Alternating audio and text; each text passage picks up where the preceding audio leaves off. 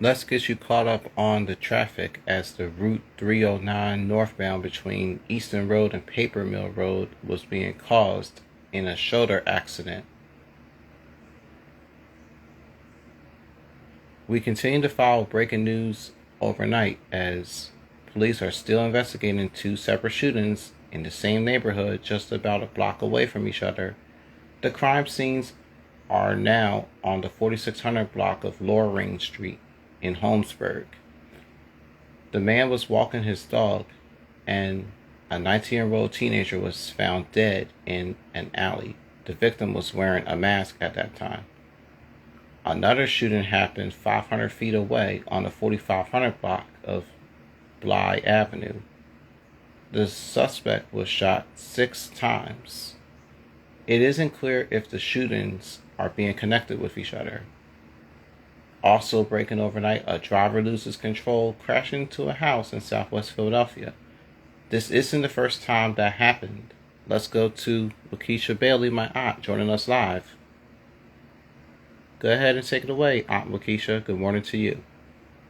Straight in. Now we're here on Cobbs Creek Parkway, and a big cause of this is speed. You can see that this sign is here, 25 miles per hour, but this has not slowed drivers down. Now the homeowner walked us through exactly what happened this morning, and she said that this car was traveling southbound. It went through these barriers, and then it hopped the fence. And from there, it crashed directly into the home. Now, this portion of the home is actually the sun porch. Now, we're going to go to some video just showing you the extent of the damage. Here you have a white car that slammed into the home, and the homeowner tells us that this all happened just before 2 a.m. The family was asleep. Her daughter woke them up once they felt a shake. And when they came outside, they saw paramedics removing the driver from the wreckage, who was transported to a nearby hospital. Now, the homeowner also tells us that this is not the first time that this has happened. I've been in this house 27 years. This is the worst since I've been in this house. I've had numerous cars come up into my property, but this is the worst. You feel as though you're safe in your property, and when something like this happens, it just makes you think twice. Yeah, the homeowner says L&I has warned them that this part of the home is not safe to use, but they can have access to the rest of their home. Now, meanwhile, the family was upstairs, so once again, they're calling themselves fortunate. Now, but after living here for nearly 27 years, they placed these white barriers up themselves just to keep cars from traveling and hitting their home. But as you can see, that did not stop anything from happening. I just can't believe it all happened way too fast.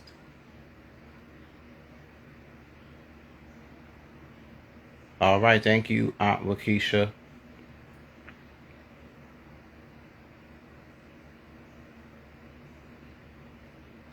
Police are investigating a deadly fall this morning, and all that took place on Thursday at Lincoln Financial Field. Let's get the latest from Alicia Roberts, my aunt, about what went wrong. Go ahead and take it away with your report. Concert for the singer The Weeknd.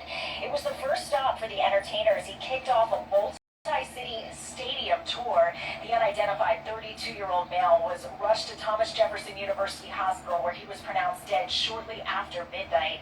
CBS 3 reached out to Live Nation for a statement, but have yet to hear back.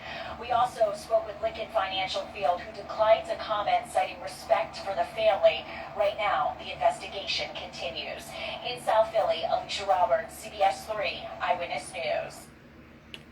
Thank you, Auntie Alicia. In other news happening today, there's going to be a jury selection for Steve Bannon, despite the fact that he's a former Trump advisor. The January 6th insurrection is going to take place this Thursday, July 21st, in which it's going to be on prime time, exclusively on the networks of CBS. Now to the latest on the war in Ukraine. President Vladimir Zelensky explains that the staff of treason are being accused of what happened. Meanwhile, a woman was killed and 14 others were critically injured. The woman who died was sitting on a bench when she was hit. A lot of buildings were being attacked and gunned down and damaged up. Monkeypox cases continue to rise as the numbers are being crunched up, being reported higher than what people expect. According to officials, they said the real numbers are actually likely getting growed up by inches and pounds or whatever the case may be. Dr. Fauci says more testing will be done within 5 commercial testing labs, and 700,000 vaccinations will be distributed by the end of July. Well, new this morning, researchers are now teaming up with Google to help soon make things happen rather than later. Let's get the latest from CBS News correspondent named Miss Lauren. Go ahead and take it away with your report. And it was quick and really easy. Researchers from Northwestern Medicine and Google Health hope to use videos from do-it-yourself ultrasounds to create a form of artificial intelligence that can determine fetal age, position, and even life-threatening conditions without the need for a trained technician. In some low and middle income countries, we know that just differentiating a pregnancy inside the uterus from one outside the uterus is a really important early use of ultrasound. The World Health Organization recommends an ultrasound before 24 weeks of pregnancy, but up to half of all birthing parents in developing countries are not screened at all. About 300,000 women and 2.5 million babies die during pregnancy or after childbirth, with 94% occurring in low and middle income countries. I'm told a standard ultrasound machine could run tens of thousands of dollars, but researchers hope their new system will cost as little as $1,000.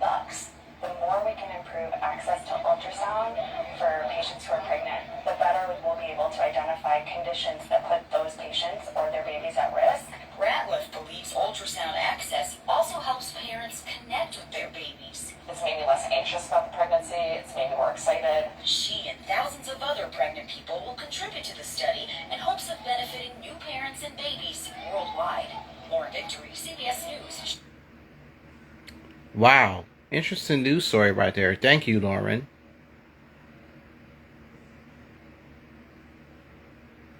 Pain at the pump appears to be easing up a little bit, at least. That's where gas prices pulled back for the record highs being set to June.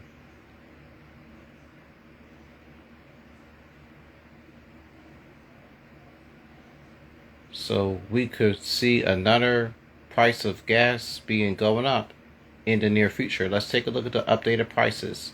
$4.68 for Pennsylvania, $4.54 for New Jersey, $4.44 for Delaware.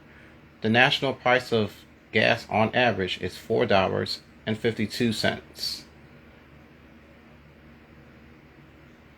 Now a live view at Center City on this Monday morning. It's cloudy out, so it's quiet so far, but it's a weather alert day because we're on the lookout for potential storms later on at 5 o'clock p.m. Let's get one final check on the Eyewitness News forecast from my sister, meteorologist Larissa Abreu. Go ahead, Larissa. We'll be watching. Through the region, it did generate a few rumbles of thunder that were non-severe out towards the Lehigh Valley earlier this morning, and you can see a lot of that has already shifted on to our north and east. But this is the cold front we're watching arriving later on this afternoon, and that's what brings me to my next slide. We do have a marginal risk. Notice the level, it's 1 out of 5. So as far as the severe weather threat, it is on the low end, but all of the ingredients are there. We're tracking a cold front. There's ample moisture, a lot of moisture here across our area. We're also talking high heat. When you mix and combine all of those ingredients together, you have a really good shot at severe weather. Take a look at 4 o'clock. You see that line of storms beginning to traverse our far western neighborhoods. Now, one thing to know, these are going to be slow movers, and because of it, flooding Flooding is also going to be a possibility as rain will be coming down pretty heavily. This is 5:30, so it looks like your evening commute might be a bit unsettled with rain coming down heavily, and we are talking those summertime downpours. We saw it over the weekend, and we will continue to see that later on this afternoon. 7 o'clock in the evening shows that rain beginning to move into South Jersey, and as it does, the threat for severe weather should begin to fizzle, and that's why right now South Jersey, in fact the shore more specifically, not included in that severe weather threat. But take a look at feels like temperatures during the height of the afternoon. That's at 97 right here in the city. Yep, 97 degrees is definitely what it's going to feel like. You have to be careful out there. Alright, thank you, Larissa. We have lots more news to get to. Don't you go nowhere.